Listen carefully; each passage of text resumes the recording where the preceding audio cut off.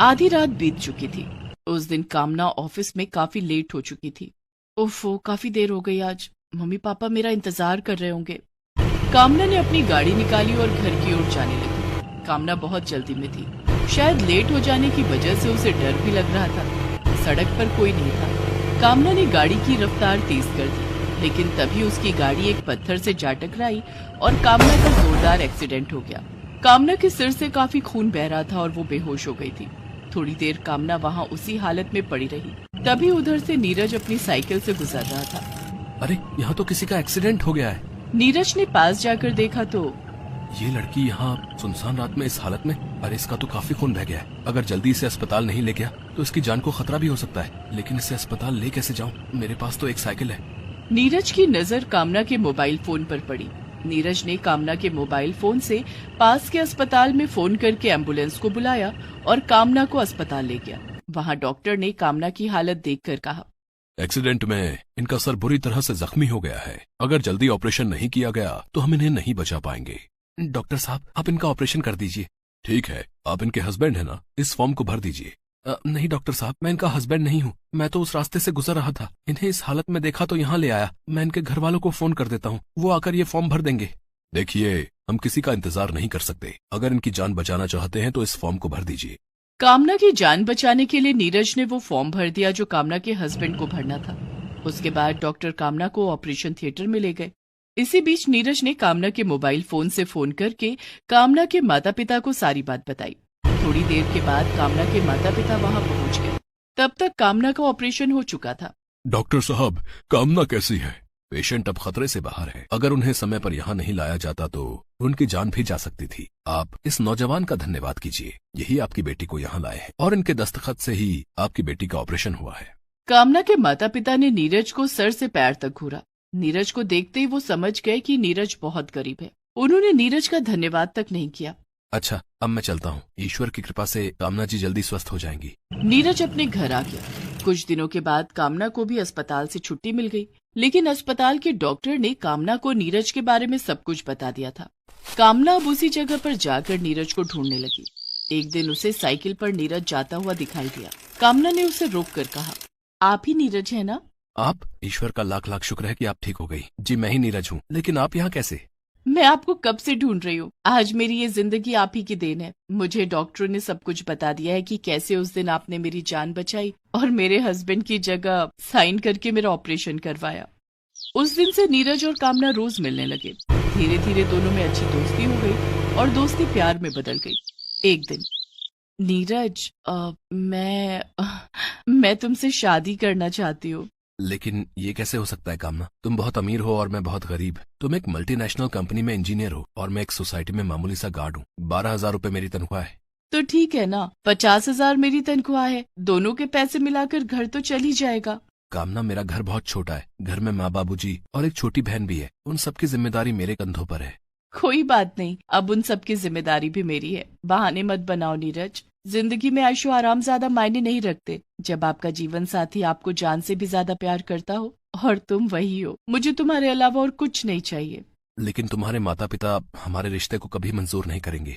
मैं mummy papa से बात करूंगी। मुझे पूरा यकीन है कि वो मान जाएंगे। लेकिन वही हुआ जिसका नीरज को डर था। कामना के माता पिता इस रिश्ते के लिए बिल्कुल भी तैयार नहीं थे। जिसके बाद कामना और नीरज ने मंदिर में शादी कर ली। शादी के बाद कामना नीरज के घर आ गई। नीरज के घर में उसके माता पिता और ननद रूबी ने कामना का बहुत शानदार स्वागत किया।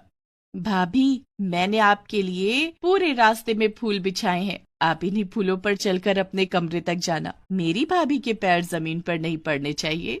कामना बहू, तू अपने कमरे में चलकर आराम कर। हम वहीं तेरे लिए ठंडा शरबत और नाश्ता भिजवाते हैं। बाहर बहुत गर्मी है, तुझे बहुत प्यास लगी होगी ना। और ये भारी कपड़े बदलकर हल्के और आरामदायक कपड़े पहन ले। जी माँ जी। कमरे में आकर, नीरज, तुम्हारे घर वाले तो बहुत अच्छे हैं। ऐसा लग रहा है जैसे मैं इन्हें बरसों से जानती हूँ। कामना, हम गरीब है तो क्या हुआ, हमारा दिल बहुत अमीर है। वो तो लग ही रहा है। जून का महीना था। गर्मी बहुत ज्यादा पड़ रही थी। नीरज के घर में एसी नहीं था। 2 कमरे के घर में सिर्फ पंखे लगे हुए थे। कामना पसीने पसीने हो रही थी। माफ करना कामना, मेरे घर में एसी नहीं है। तुम्हें तो एसी में रहने की आदत है ना। कोई बात नहीं नीरज, फ्रिज से थोड़ी सी बर्फ लाकर दे दो। सॉरी कामना, मेरे घर में फ्रिज नहीं है। लेकिन हाँ, माँ ने तुम्हारे लिए बाहर से बर्फ मंगवाई है, मैं अभी लेकर आता हूँ। नीरज ने कामना को बर्फ ला कर दिया। कामना उस बर्फ को अपने गले में रगड़ने लगी। बहुत आराम मिल रहा है। नीरज, मैं सोच रही थी कि अपने घर के लिए एक एसी और एक फ्रिज खरीद लूं। लेकिन कामना, उसमें बहुत पैसे खर्च हो जाएंगे। डोंट वरी, मेरे अकाउंट में भी बहुत पैसे हैं। एसी और फ्रिज तो आ ही जाएगा, और बिजली के बिल की तुम चिंता मत करना, बिल मैं भर दूंगी। तभी नीरज की माँ सुनीता हाथों में शरबत और नाश्ते का ट्रे लेकर वहां आती है। कामना बहू, अभी अभी तो तुम आई हो, अभी से घर के लिए खर्चे की बात सोचने लगी। हमें ऐसा लगेगा जैसे हम दहेज ले रहे हैं। माँ जी, इसमें दहेज वाली कोई बात नहीं है। अब ये घर मेरा भी है, और अपने घर के लिए मुझे इतना तो करना चाहिए ना। देखिए ना, इतनी गर्मी में आप और बाबूजी कितने परेशान हो रहे हैं। घर में एसी लग जाएगा तो आप सब चैन से रहना, और फ्रिज आ जाएगा तो ठंडा ठंडा पानी पीना। दूसरे दिन कामना ने बाजार जाकर 2 एसी और एक फ्रिज खरीदा और घर में लगवा दिया। अब नीरज का घर एसी की ठंडी हवा से तरोताजा रहता। गर्मी में सबको पीने के लिए ठंडा पानी भी मिलने लगा। कुछ दिनों की छुट्टी के बाद कामना ने अपनी जॉब फिर से ज्वाइन कर ली और नीरज भी अपनी ड्यूटी पर जाने लगा। एक दिन, कामना के पापा, जब से कामना गई है मुझे उसकी बहुत याद आती है। क्यों ना हम उसके घर चलकर उससे मिलकर आए। तुम क्या चाहती हो कामना की माँ? हम उस गरीब गार्ड के घर जाएंगे? कभी नहीं। कामना के पापा, अब हमारी बेटी उस घर में है, हमें वहाँ जाकर देखना चाहिए कि वो लोग उसे कैसे रख रहे हैं। ठीक है, तुम कहती हो तो चलो चलते हैं। उस दिन शाम को जब कामना ऑफिस से घर आई तो उसके घर के सामने एक बड़ी सी गाड़ी आकर रुकी। कामना ने खिड़की से देखा कि उसके माता पिता उसके घर आए थे। कामना के सास ससुर ने कामना के माता पिता को बड़े सम्मान के साथ घर में बिठाया। उफ, बाहर कितनी गर्मी है। थैंक गॉड तुम्हारे घर में एसी है। कामना बेटी, एक गार्ड के घर में एसी, कहीं ये एसी तुमने तो नहीं लगवाया? नहीं माँ, ये एसी तो नीरज ने लगवाया है। लेकिन नीरज के पास इतने पैसे कहाँ? पिताजी, नीरज हर महीने अपनी सैलरी से एसी की किश्त भरते हैं, आप ये सब छोड़िए। तभी नीरज की बहन रूबी हाथों में ठंडे शरबत का ट्रे लेकर आई। ओह, तो घर में फ्रिज भी है। हमने तो सोचा हमारी बेटी ने घड़े का पानी पीना शुरू कर दिया होगा। आपने सही सोचा है माँ, हम सब अब फ्रिज की जगह घड़े का पानी ही पीना शुरू करेंगे। घड़े का पानी स्वास्थ्य के लिए लाभदायक होता है और उससे गला भी खराब नहीं होता है। बस कामना, अपने ससुराल की गरीबी छिपाने की झूठी कोशिश मत करो। हमें सब पता है कि ये लोग तुम्हारे लायक नहीं हैं। अब भी कुछ नहीं बिगड़ा है बेटी, नीरज को तलाक दे दो। हम तुम्हारी शादी बहुत ही अच्छे खानदान में करवा देंगे। तुम्हें पैसों की कोई दिक्कत नहीं होगी। पिताजी, मुझे यहाँ भी कोई दिक्कत नहीं है। ये आपका वहम है कि पैसे वाले लोग ही अच्छे होते हैं। अच्छाई का पैसों से कोई लेना देना नहीं है। नीरज गरीब है तो क्या हुआ, वो मुझे बहुत प्यार करते हैं। मुझे नीरज से अच्छा जीवन साथी कोई और मिल ही नहीं सकता था। कामना की बात सुनकर उसके माता पिता नाराज होकर वहाँ से जाने लगते हैं। रुक जाइए सत्येंद्र बाबू, यूँ नाराज होकर मत जाइए। हम लोग गरीब हैं तो क्या हुआ, घर आए मेहमान की बातों का बुरा नहीं मानते। अब खाना खाकर जाइए। लेकिन कामना के माता पिता नहीं रुके। उन्होंने कामना के ससुर की बातों का जवाब देना भी जरूरी नहीं समझा और वहाँ से चले गए। जैसे ही वे गाड़ी से थोड़ी दूर आगे बढ़े, उनकी गाड़ी को कुछ गुंडों ने चारों तरफ से घेर लिया। वे हथियार दिखाकर कामना के माता पिता से पैसे और उनकी गाड़ी मांगने लगे।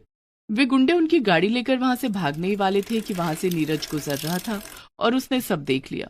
नीरज ने फौरन पुलिस को फोन किया और गुंडों से लड़ने लगा। सभी गुंडे मिलकर नीरज की पिटाई करने लगे। इतने में वहां पुलिस आ गई और गुंडों को गिरफ्तार कर लिया। कामना के माता पिता अपनी गाड़ी में बिठाकर नीरज को अस्पताल ले गए और फोन करके कामना को सारी बात बताई। थोड़ी देर के बाद सब लोग अस्पताल पहुंच गए। डॉक्टर ने नीरज के जख्मों पर पट्टी कर दी थी। कामना बेटी, तुम ठीक कहती थी कि अच्छे होने के लिए पैसे वाला होना जरूरी नहीं है। सच में नीरज से बेहतर जीवन साथी तुम्हारे लिए कोई और नहीं हो सकता था। कामना के माता पिता ने नीरज और कामना को आशीर्वाद देकर उन दोनों के रिश्ते को अपना लिया।